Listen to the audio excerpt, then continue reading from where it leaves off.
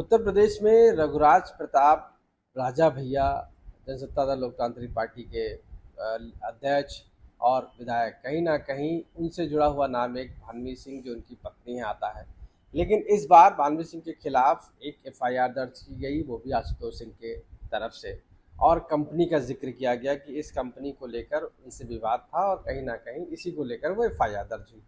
लेकिन ये माना जा रहा है कि कहीं न कहीं आशुतोष सिंह के जो एफआईआर दर्ज की गई है वो ऐसा तो नहीं राजा भैया के इशारे पर की गई हो, क्योंकि भानवी सिंह भी लगातार ट्वीट कर रही हैं। आखिर ये पूरा माजरा है क्या? यानी कि ये कौन-सी कंपनी है और कौन है आशुतोष सिंह और क्या संबंध है उनका भानवी सिंह से, और राजा भैया का रोल इस पूरे प्रकरण में क्या है? क्योंकि इससे पहले भी हमने देखा था अक्षय प्रताप सिंह जो एमएलसी हैं जनता लोकदल पार्टी से और कहीं न कहीं राजा भैया के भाई भी हैं, उनके खिलाफ भी मुकदमा हुआ था। हम इस पूरी जानकारी लेंगे, बात करेंगे अक्षय प्रताप जी से जो हमारे साथ मौजूद है, जनसत्ता दल लोकतांत्रिक पार्टी के एमएलसी भी हैं और बड़े नेता भी हैं और भाई भी राजा भैया के।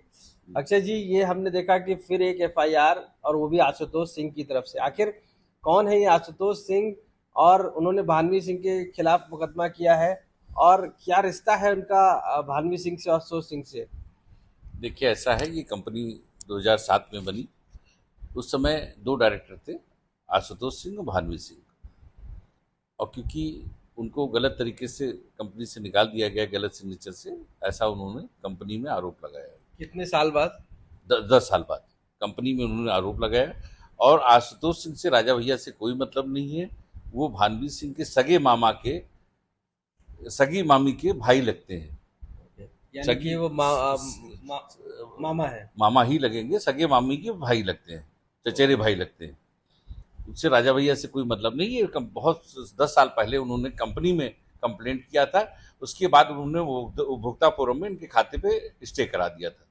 स्टे जब इनको निकाला गया 2017 में, उसी समय स्टे हो गया था। जिसमें हमसे जब उन्होंने बात की, तब राजा भैया से संबंध अच्छे थे, तो हमने दोनों को बैठा के समझौता कराया था 2017 में, 17-18 के बीच में, कि साहब ये स्टे हटा लो, तुमको पूरा पैसा जो है तुम्हारा हिसाब करके ये खाते में दे देंगे।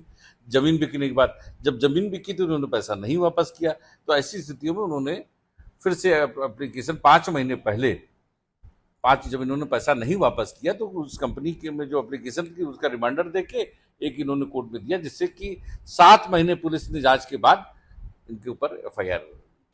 अच्छा, ये 2005 में राजा भैया से शादी हुई थी भानवी सिंह की। उसके बाद जो कंपनी बनाई गई वो किसके नाम पर बनी थी और आखिर 5 से लेकर 2017 तक के बीच में? देखिए, इनकी नीयत शुरू से इसमें गड़बड़ थी। नीयत गड़बड़ इसलिए हम कहते हैं क्योंकि इन्होंने जब कंपनी बनाई थी, और हमारे हिंदू धर्म में जब विवाह हो जाता है तो पत्नी के आगे पति का नाम लगता है, पिता का नहीं लगता है। इन्होंने एड्रेस तो जो जहाँ का दिया, उनके आदरणीय महाराज जी, उनके ससुर जी के नाम था, और उन्होंने एड्रेस तो यहाँ का दिया है, लेकिन पति की जगह पे उन्होंने अपने पिता का नाम लिखा है। तो उनकी कहीं ना कहीं कंपनी के प्रति नीयत अच्छी नहीं हमको समझ में आती। वो प्रतीक होता है उससे, जब उन्होंने पति की जगह पे अपने पिता का नाम किया। शादी के बाद लड़की अपने पिता का नाम नहीं, पति का लगाती है। अच्छा, उस कंपनी के बारे में अगर हम बात करें तो उसकी कितनी एसेट होगी, उसमें कितने फ्लैट होंगे जिसके बारे में बात कर रही हैं, कितने तो हमने, देखिए, पहली बात तो हमने एक प्रस्ताव उनके सामने रखा था, जिससे बार बार आप मीडिया के माध्यम से उन्होंने कहा कि हमारे बच्चों का क्या होगा, बच्चों का क्या होगा। तो हालांकि उसमें कुल वैल्यू जो हमने उसका गवर्नमेंट वैल्यू निकलवाई है, उसकी कुल 2 करोड़ वैल्यू की प्रॉपर्टी उसके नाम पे है, कुल 2 करोड़ की, जो कि हमने यूडब्ल्यू में लगा भी रखा है।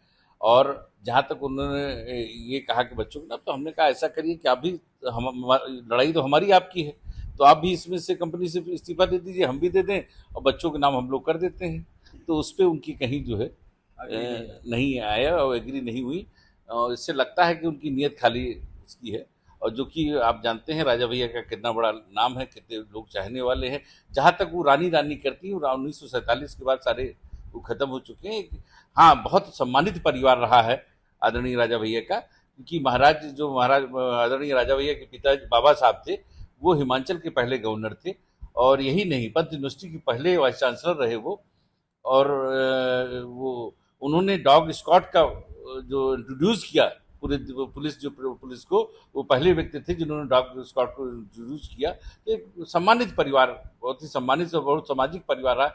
अंग्रेजों से युद्ध की लड़ाई के समय भी उस परिवार का, भद्री परिवार का बहुत बड़ा योगदान है। इस परिवार का जो रहा है उसके हिसाब से सबसे बड़ी बात आप देख लीजिए, आप सर्वे कर लीजिए, अगर 1 लाख मामले तलाक के चल रहे होंगे तो उसमें ज़्यादा से ज़्यादा मामले यंग एज के होंगे।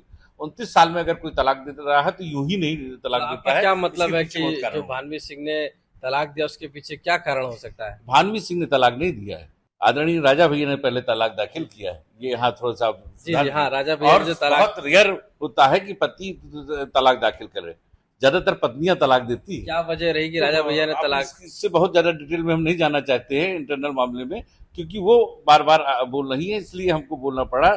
और आज तक आपने देखा कि राजा भैया ने कभी इस मामले में नहीं बोला। राजा भैया के इतने चाहने वाले हैं, एक ग्रह हर आदमी के खराब होते हैं, एक आध ग्रह हम तो ये मान के चलते हैं राजा भैया के बहुत सारे, ये बड़ा सौभाग्य की बात होती है कि बहुत सारा राजा भैया का परिवार है, बहुत बड़ा परिवार राजा भैया का है।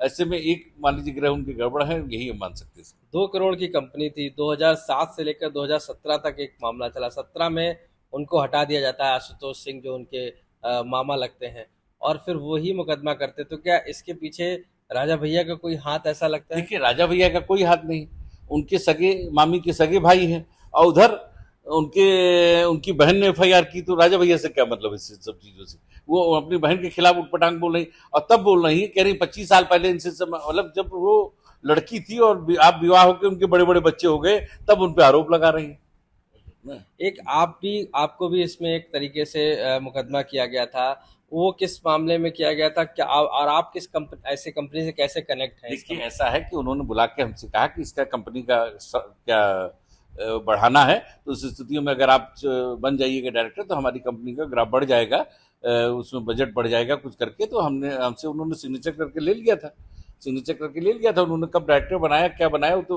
हमको पता नहीं, डायरेक्टर उन्होंने बना दिया। अब वो कहती है उन्होंने कंपनी में मुकदमा किया कि साहब फर्जी सिग्नेचर से 5 साल तक इनको दिखा ही नहीं कि हम आ गए हैं। 5 साल बाद इन्होंने वहां दिया, और 5 साल के बाद 2 साल वहां की कंपनी में मुकदमा चला, कहीं इनको विश्वास नहीं, सब जगह लगता है कि प्रभाव से हो जा रहा।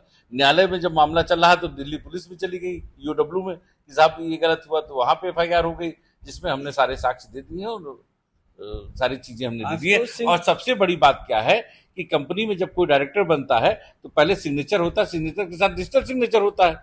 तो चलिए हमने सिग्नेचर बना लिया, फर्जी बना दिया, 5 साल तक आपको दिखा नहीं, फिर डिजिटल सिग्नेचर कहाँ गया? अगर डिजिटल सिग्नेचर आपका गायब हुआ तो आपने एफआईआर क्यों नहीं की? 5 साल तक कोई कंप्लेन उनकी डिजिटल सिग्नेचर गायब होने की नहीं है। उसके बाद जब राजा भैया से संबंध खराब हुए तो हम लोगों को एफआईआर कर दी।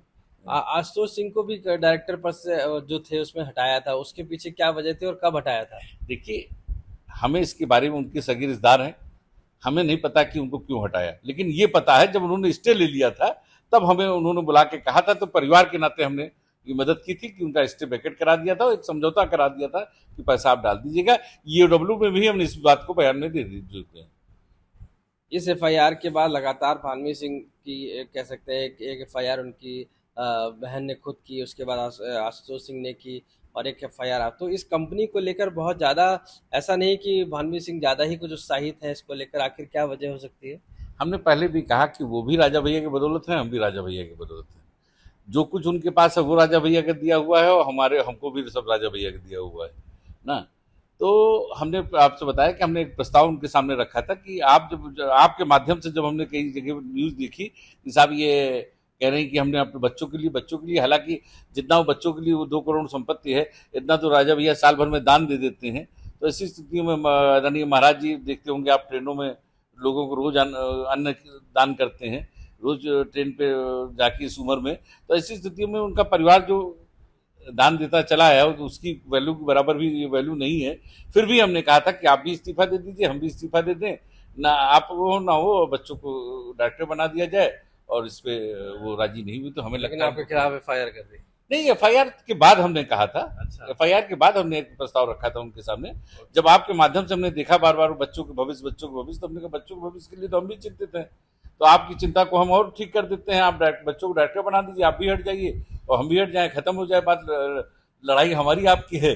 तो मामला फिट हो जाए, बच्चों को आप भी चाहती, हम भी चाहते बच्चों को मिल जाए, क्या दिक्कत की बात? हमने ये प्रस्ताव रखा था उनके सामने। अभी से। आप लोगों की तरफ से क्या कोई कार्रवाई या किस तरीके से की जा रही है इस मामले नहीं, में? हमारी तरफ से कोई कार्रवाई नहीं, उनका हमारे ऊपर उन्होंने कार्रवाई की, हमने उसका जवाब दिया। और जब वो कुछ बयान देती है, आप लोग पूछने आ जाते हैं, तो उसका जवाब दे देते हैं। बाकी हमारी तरफ से क्या कार्रवाई हुई, हम क्या कार्रवाई उन पर करेंगे। धन्यवाद बात करने के लिए। तो अक्षय प्रताप जी, साफ तौर पे ये जो पूरा मामला है वो 2 करोड़ की प्रॉपर्टी है, जिसमें 1 या 2 फ्लैट हैं, जिनको लेकर पहले आशुतोष सिंह डायरेक्टर बनाए गए उसमें, उसके बाद उनको डायरेक्टर पद से हटाया गया, आरोप है। और फिर कहीं ना कहीं अक्षय प्रताप जी जो है उनको भी उसमें रखा गया, उस जो कह सकते हैं जो जो एसेट थे उसमें रखा गया, उस कंपनी में रखा गया। लेकिन 5 साल बाद उनको ही ये कह दिया गया कि जाली हस्ताक्षर किए गए और उनके खिलाफ मुकदमा कर दिया गया।